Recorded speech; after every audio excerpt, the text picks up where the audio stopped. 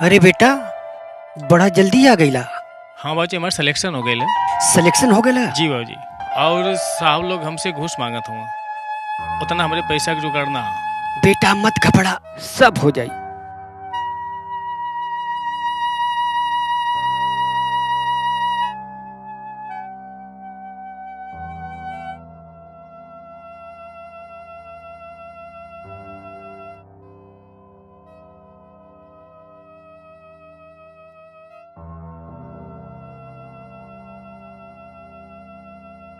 बेटा, जी बाबूजी। तोहरे माई के आखिरी निशानी है। जी बाबूजी। लाए के बेच के तू अपन नौकरी ज्वाइन करा बेटा। ठीक बा। बेटा ज्वाइन करा। ठीक बा। खुश रह बेटा। हमरे लड़का के बेड़ा पार करिया भगवान, हमरे लड़का की नौकरी मिल जाए।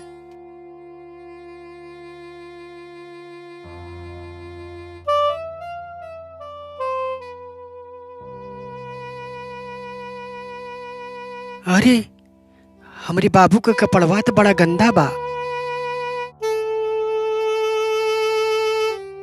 बहने का पहन के चाहिए, एके हम धो दें। बहुत गंदा बा हो, एके धो दें।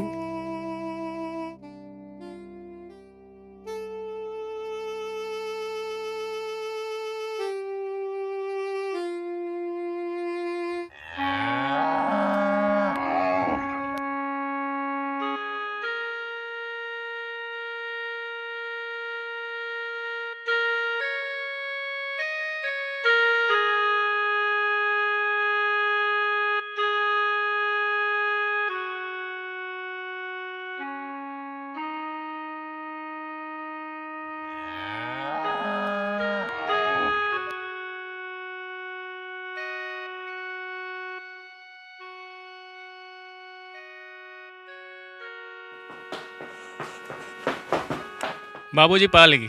खुश रह बचवा। हमार सिलेक्शन हो गई, हमके नौकरी मिल गई, हम साहब बन गए। नहीं हे भगवान, तुहार लाख लाख शुक्र है कि हमार बचवा साहब बन गई। हे गौ माता, बहुत तुहार कृपा बा। आज हम बहुत खुश बानी। हे गौ माता, ला आज भर पेट खा गौ माता। ला ला गौ माता।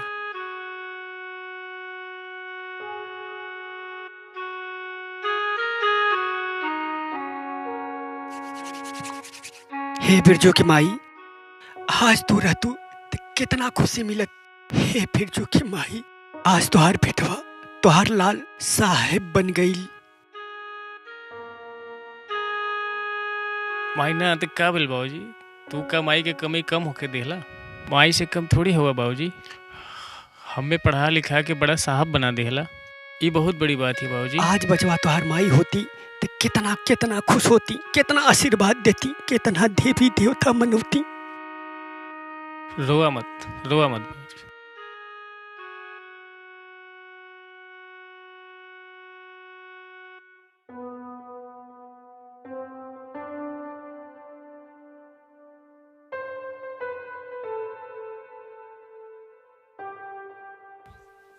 पा लेगी बाबूजी, हम नौकरी पर जात बानी, आपन ख्याल रखिए। खुश रह बचवा, हमार चिंता छोड़ा, आपन ख्याल करिया। ठीक बा बाबूजी। समय से खायल पियल करिया बाबू। हम चलता नहीं। नहीं बेटा रुका, तो हर माई हमके सपना में बहुत डांटी। चला हम छोड़ देते बाबू। चला चला चला, बैठा बैठा बैठा बैठा।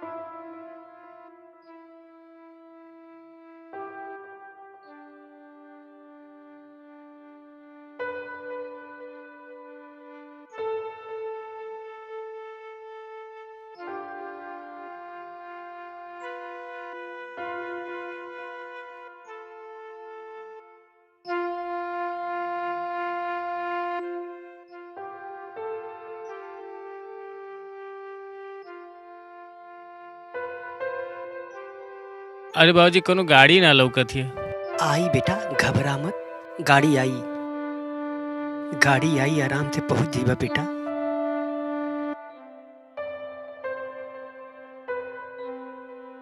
रुका भैया, रुका रुका, गाड़ी रुका, रुका भैया, भैया भैया, रुका रुका रुका रुका भैया, भैया भैया। बस अड्डा वाले हमरे लड़कवा के छोड़ दी हैं। पा लगी बाबूजी, हम चल। जी बाबू, खुश रहा, बैठा। बहुत बहुत मेहरबानी बा भैया तोहार।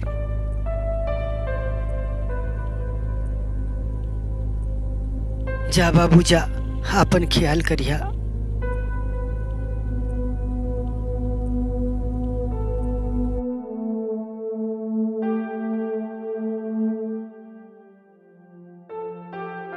पा लगी बाबा। खुश रहा बच्चा।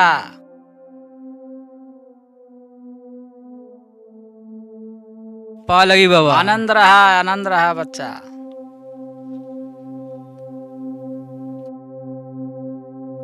अरे पलटन भाई, गाड़ी गई। अच्छा चला घरे चला अब। अच्छा पंडित जी, अच्छा, ठीक बा, जा ठेला लेके आवा। अच्छा अच्छा अच्छा। आवा जाए दा लइका के गई अब कमाए। चला।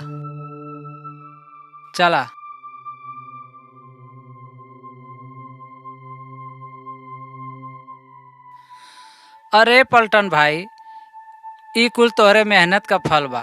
सब ऊपर वाले के कृपा है पंडित जी। भाई ऊपर ठेला वाले चलाए के पढ़ाई लिखाई के तू अपने लइका के साहब बना देहला।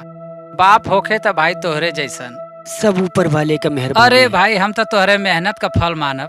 ठीक बा, चला चला। आवा।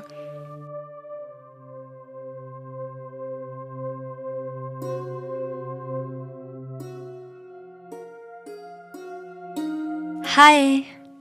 तुम अब आ रही हो? मैं कब से तुम्हारा इंतजार कर रहा हूँ। आओ बैठो। परेशान थे क्या? क्या खाओगी? ये देखो कुरकुरे पड़ा है, इसको खाओ। मेरे हाथ से खाओ। आप भी खाइए ना। हाँ, अब ठीक है। और खाइए ना। खाते हुए कितने अच्छे लगते हैं आप।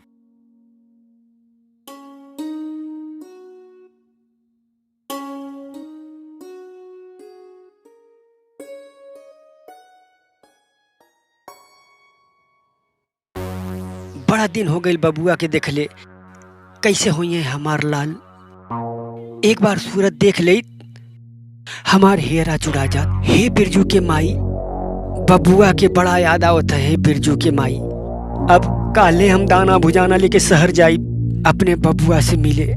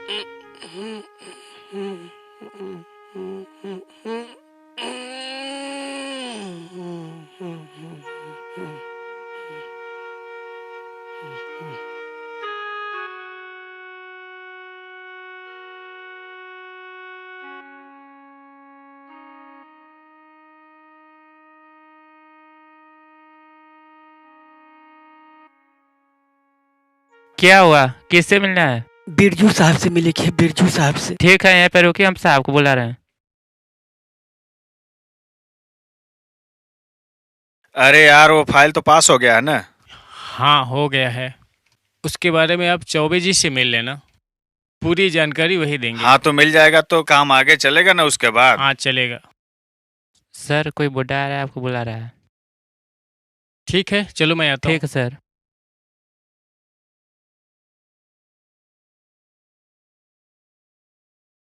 एक्सक्यूज मी जेंटलमैन, मैं अभी आता हूँ।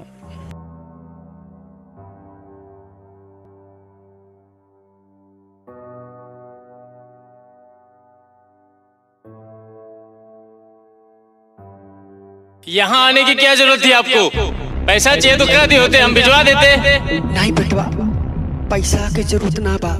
हम तोके एक नजर देख लेनी, हमार छाती जुड़ा गई। पैसा की जरूरत ना है बेटवा, खाली तोके देखल चाहत रही। लेकिन यहाँ हाई फाई सोसाइटी के लोग रहते हैं, आपने आके मेरी इज्जत का कचरा कर दिया। कहा?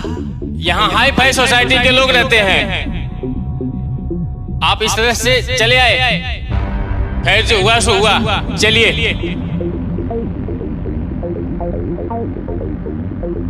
ये क्या कर रहे हैं आप? इतने में भी ची नहीं भरा आपका? चलिए अंदर आइए। बेटा मैं दाना भुजाना है, तुम्हारी खातिर लिया लेनी है लाल। दाना भोजन हमारे यहाँ कुत्ते भी नहीं खाते। ये क्या कर रहे हैं आप? चलिए अंदर आइए।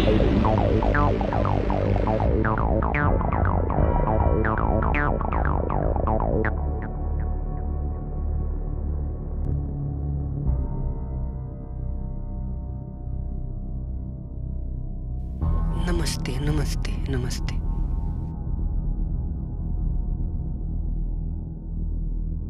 अरे यार बिरजू, ये कौन है?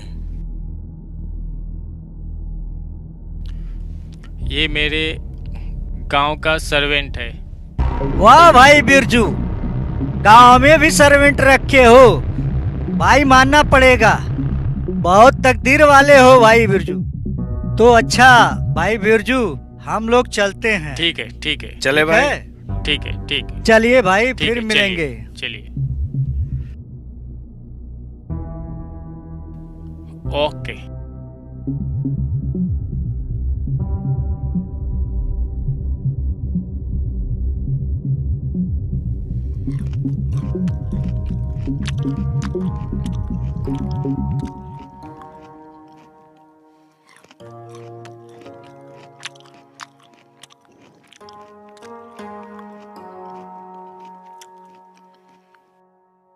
अरे आवा आवा प्रणाम पलटन पंडित जी। भाई, खुश रहा खुश रहा। और कुर्सी ले ला, बैठा।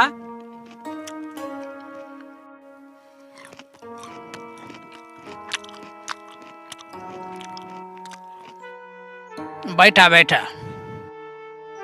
और बतावा, लड़का से मिल के चलिए ला। हाँ, लड़का ठीक ठाक बा न? हाँ हाँ ठीक बा पंडित जी, हाँ चला ठीक बा। भाई। इठे बात पूछल चाहत रहनी आपसे। हाँ भाई पूछा। हाई फाई सोसाइटी का होला पंडित जी? अरे भाई, हाई फाई सोसाइटी की मतलब कि जहाँ पैसा वाले लोग रहेलन, धन दौलत वाले लोग रहेलन, ओके हाई फाई सोसाइटी कहल जाला। बुझला? अच्छा अच्छा, एक बात और पूछे के पंडित जी। अरे भाई, एक बात ना तू 10 बात पूछा। पंडित जी, सर्वेंट माने का होला? तू भैया गांव का सीधा साधा में नहीं बाड़ा आ, इतना जल्दी तो के शहर के भाषा समझ में ना आई। हाँ हाँ हाँ। सर्वेंट माने नौकर होला, नौकर। नौकर होला। नौकर? हाँ भैया, नौकर होला। अरे ठीक बा पंडित जी, चलत हई। अरे रुका रुका भाई, चलत हई चलत। ये पड़ा इन तनी दूर कब चाली आवा हो। रुका भाई। नहीं नहीं, हम जाते, अब हमके कुछ ठीक ना लगत है, जाते ला।